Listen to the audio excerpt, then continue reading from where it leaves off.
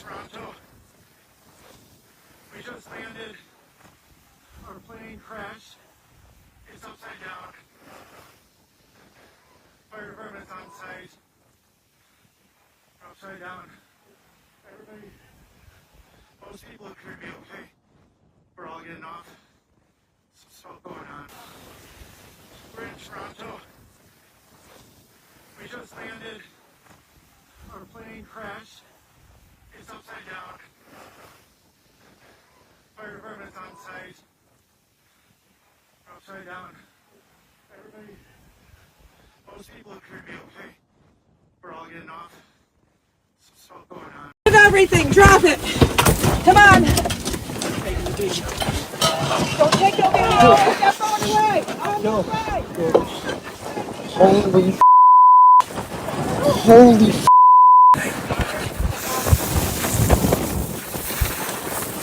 holy oh my god. We're in Toronto. We just landed. Our plane crashed. It's upside down. Fire department's on site. We're upside down.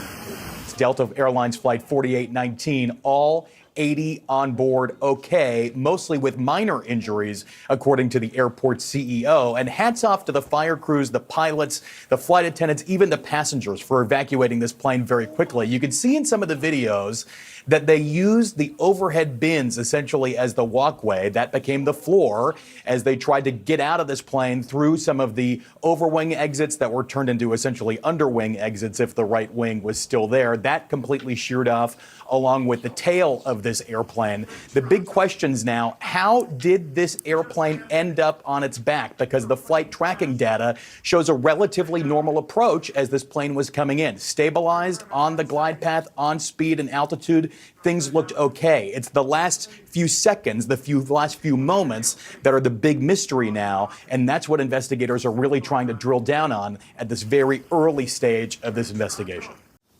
We just landed. Our plane crashed. It's upside down. A packed Delta airplane crash landed at Toronto's Pearson Airport Monday afternoon, ending without wings, a tail upside down, and on fire.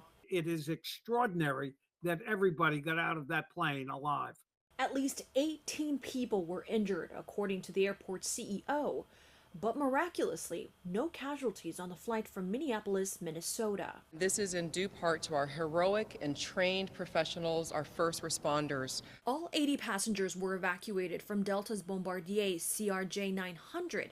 That's 76 passengers and 4 crew members. From my perspective as a FAA regulator, so many things went right. While investigators work to figure out why this crash occurred, analysts say the plane's safety features likely had something to do with survival.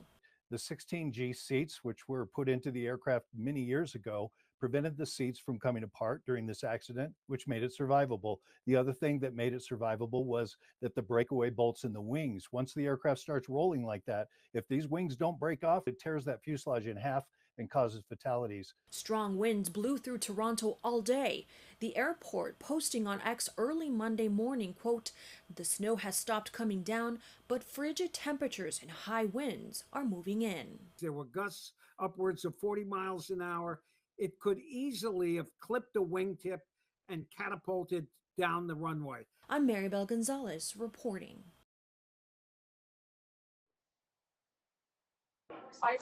Yeah, it was a typical flight from Minneapolis to Toronto.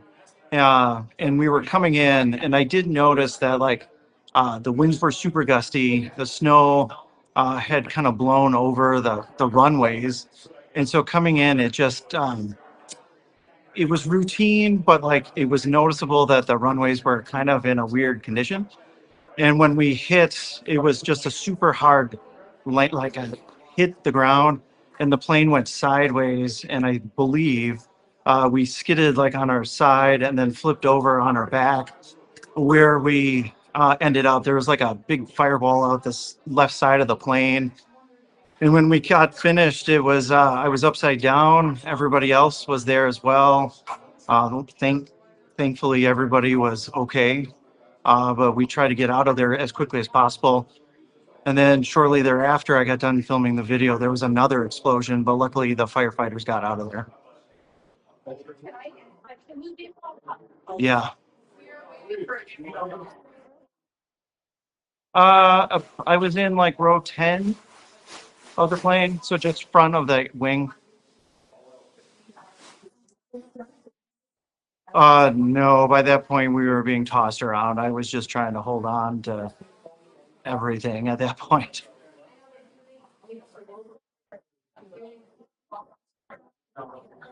Yeah.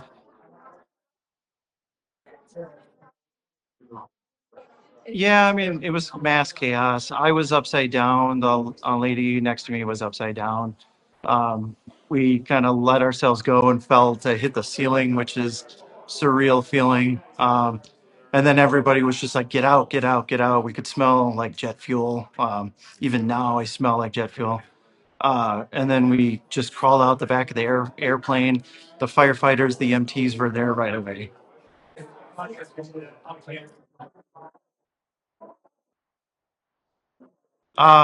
Chaos. There was injuries. There was hurt individuals. Yeah, I mean, it's just all the emotional roller coaster that you go through, but things you hope you don't see again, right?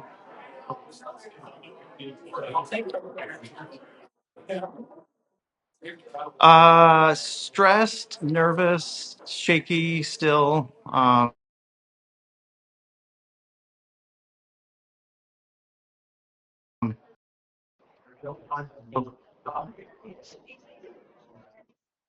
Sorry. Oh, yeah. Yeah, a lot of stress. It's amazing that we're still here. So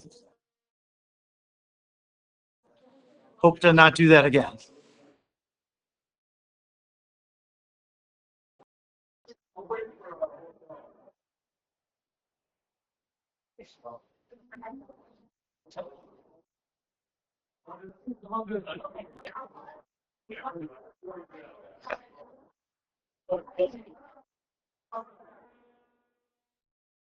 Yeah, I mean, it happens so quickly, right? There's this like giant like pop crack, it's this like super loud bang kind of thing happens, and then everything just goes literally sideways, and it happens so fast that I just remember like kind of pulling myself in and trying not to hit my head against anything.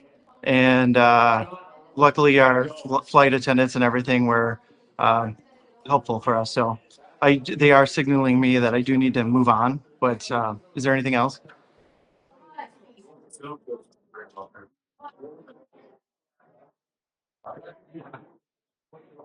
I don't know. I'm no expert on that one. I will let them figure it out.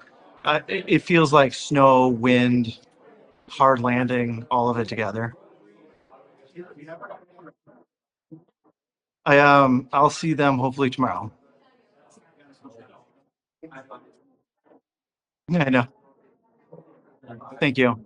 I want to bring in CNN safety analyst and former FAA safety inspector David Susi. David, to the point that Richard Quest was just making, it's almost miraculous and based on the team that was in the plane, the safety kind of elements that are on the plane, the fact that at this point in time there's no loss of life, there are 15 injuries, 2 that are critical. Are you surprised by that? Everybody keeps saying it's miraculous that there are no fatalities, but I've had a little bit of a different perspective in that I was present at the 1987 crash of a DC-9 in Denver, which was on its way out, and it ended up crashing on the runway and flipping over upside down. And at that time, these 16G seats were not on that DC-9, nor were the breakaway wings. It wasn't designed to break away. So the wings were still on the aircraft at the time this aircraft was upside down with passengers in it. So at that time, there were 25 fatalities that we were not able to get out of the aircraft in time. And the weight of those wings were continuing to crush down on people still in the airplane that couldn't get out. So to be able to see this now, basically recurrent, the same number of people, almost 80 people, to be able to get out of there without any injuries is pure testament to all of the work that the NTSB and the FAA and all the regulators and everyone involved with the design of the aircraft has made this a survivable accident. I saw it happen in 87 and it was not survivable by 25 people. I see it today and it is survivable.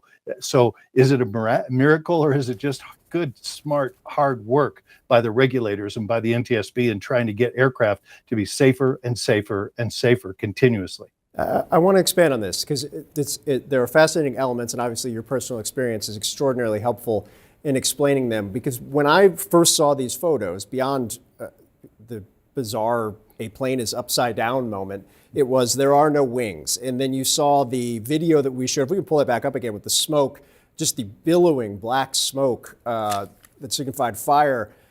I thought this looks terrible in every single way. And on some level, you're saying this is exactly how it was supposed to happen based on regulatory changes and structural changes that have occurred over the course of the last couple of decades. Yeah, it sounds like a strange perspective, but really what I'm talking about is the capability of mitigating loss of life. That's what the purpose of the FAA is, and the purpose of the NTSB and our accident investigations is to save lives.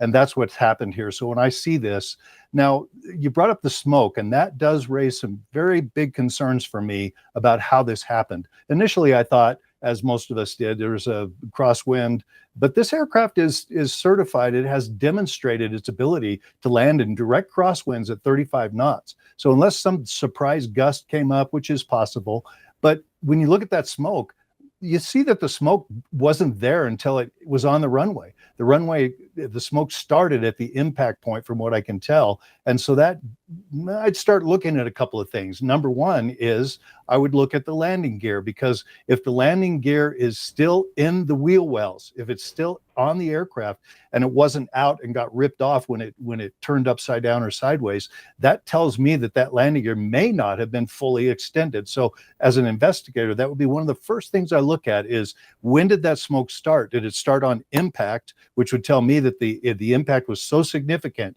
that it either collapsed the landing gear or caused the engines to come down, which would have started a fire in that connecting point for the engines and caused that large amount of smoke that came out. That doesn't just happen from landing and skidding sideways on the airport, on the runway. So there's a lot of investigation that needs to be done. I'm not saying that is what happened, but as an investigator, an experienced investigator, those are a few of the things that I would look at first, Matt. Can I take a step back just to the point that Pete was making, that, given this incident, multiple smaller incidents we've heard about in just the past few weeks, obviously a much larger incident here in the U.S., the tragic deadly DCA crash, there's been firing of personnel at the FAA. Your point about regulations and the effectiveness of kind of the government action here, what's your sense of this moment for the airline industry, for flights and flight safety? Well, what I want to caution about, Matt, is that when we look at a short period of time in aviation, you have to understand that the litmus test here is a personal decision on your part. Do you feel safe? Now, when you're trying to make that decision, do I feel safe flying? And I do, very much so. There's no trend. There's nothing that ties these accidents together. So using critical thinking, you can say for yourself, do all of these things indicate some kind of trend in aircraft accidents? And to me, as an experienced investigator and being involved in aviation as a mechanic and as a safety inspector for the FAA, I feel perfectly safe doing this. I don't see anything tying these together that says, oh, the FAA is bad or the system is a problem. There are incidents that are a problem. And so it's real hard to, as a flying person, and I get emails all the time and calls from people that say it's not safe, it can't be right now, even from pilots saying what's going on with aviation right now. And to me, I still feel safe. You have to look at the thousands and tens of thousands of flights that happen every single day without incident and balance that. But again, it comes down to your personal decision. If you don't feel safe flying, do not fly. But if you do feel safe and you feel like you're ready to go, take trust and take faith in the fact that there are thousands of people like myself that dedicated their life, their entire life, to making things safer and make it more survivable when there is a critical failure of this kind. Yeah, extremely important to point out there is no connective tissue between kind of all of these various incidents, at least that I have seen at this point. David Susi, always appreciate your time, sir. Thanks so much. Thank you, Matt. Let's get further analysis now from former FAA control tower operator Michael McCormick. Michael, based on your experience, what was your reaction when you initially saw these images of the plane upside down? Like many, when you look at those videos and pictures and you see the aircraft upside down, it's a little bit disconcerting. But at the same time, the engineering, design, driven by regulation, has created an airframe that's able to withstand an accident of this type. And we had 80 people who survived this crash. That is a result of years of dedicated work by many aviation professionals to improve the safety of flight.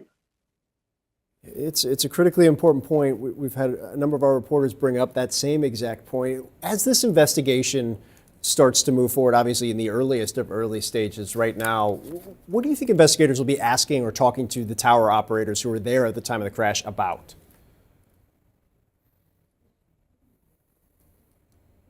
Primarily, they will be interviewing the tower team at Toronto Pearson International Airport to get an idea what were the winds like at the time, what was the weather like, what was the visibility like, were there any other problems with any other previous arrivals to that runway.